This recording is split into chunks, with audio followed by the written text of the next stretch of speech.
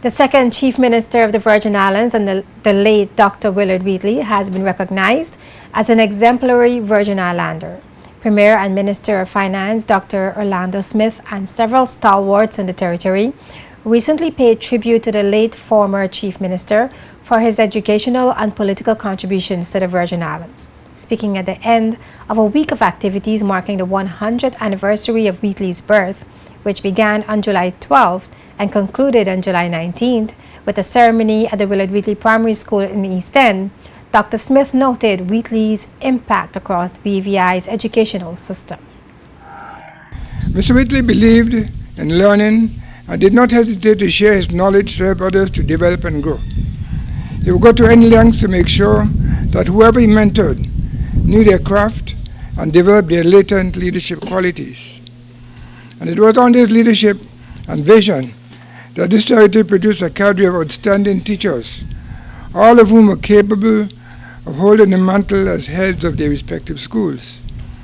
Between the period spanning 1964 to 1966, 10 of his students became principals, and I want to name them out. Ms. Verna Penn Marlin Anigada, Mr. Obed Malone in North Sung, Virgin Gorda, Mr. Ellie Reimer at St. Mary's at Valley, Mr. Charles Wheatley at Road Town, Ms. Lucia Potter Waters at Long Look, Ms. Pearl Smith at Bellevue, Mr. Stanley Gordon at West End, Dr. Quincy Letzam at King Garden Bay, Mr. Michael Chalwell at Charleston Dyke, and Jenny Smith Wheatley at St. Philip's in Borges Bay. As Chief Minister in 1977 and at the helm of the territory's economic recovery effort, Dr. Willard Wheatley led the Virgin Islands off of granting aid. You know, there was a big problem in 1978 and the country was about to be torn to pieces, etc., etc. And he had delivered a speech. I won't go into the details of the speech, but he had delivered a speech. And that speech had caused the country to settle down because it was, I don't know how many of you remember 1978 and those issues.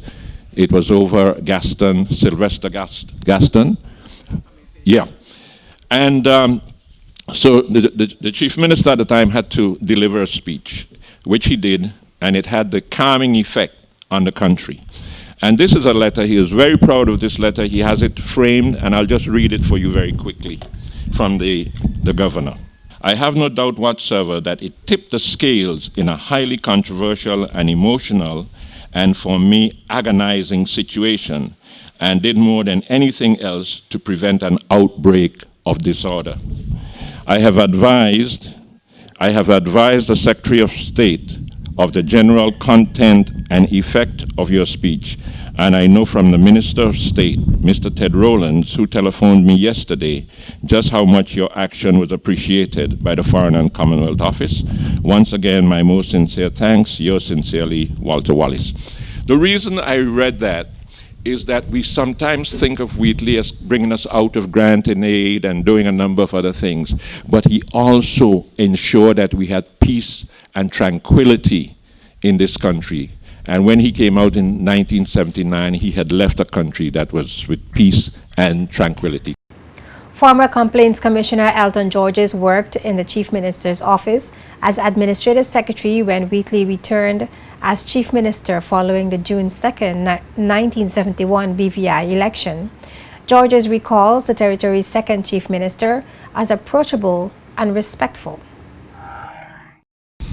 Working with Mr. Wheatley was the ideal situation for a young officer who was just, namely myself, I was 28 at the time, I was still young, who was just learning the ropes. I'd been a school teacher, I knew nothing about what was happening down in the building.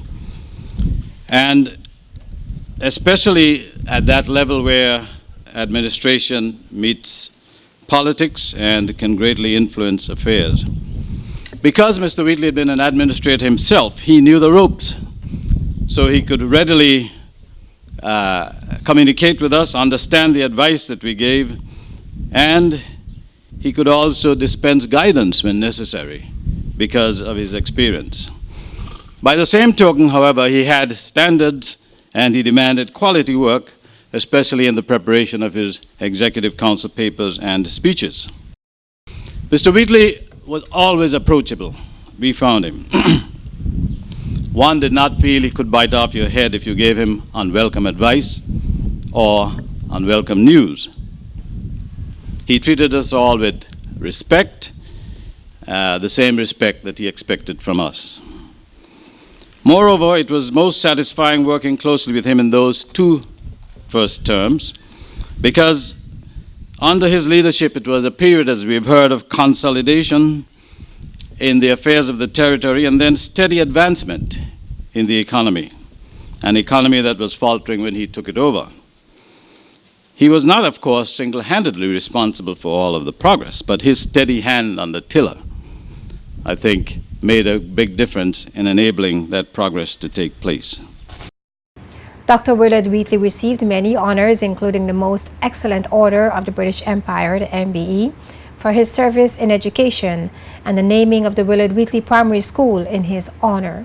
He also received international accolades such as the Key to the City of Shreveport, Louisiana, an honorary Doctor of Laws from Pepperdine University of California, and he is also listed in the 1976 edition of Men of Achievement, published by Melrose Press of Cambridge, England.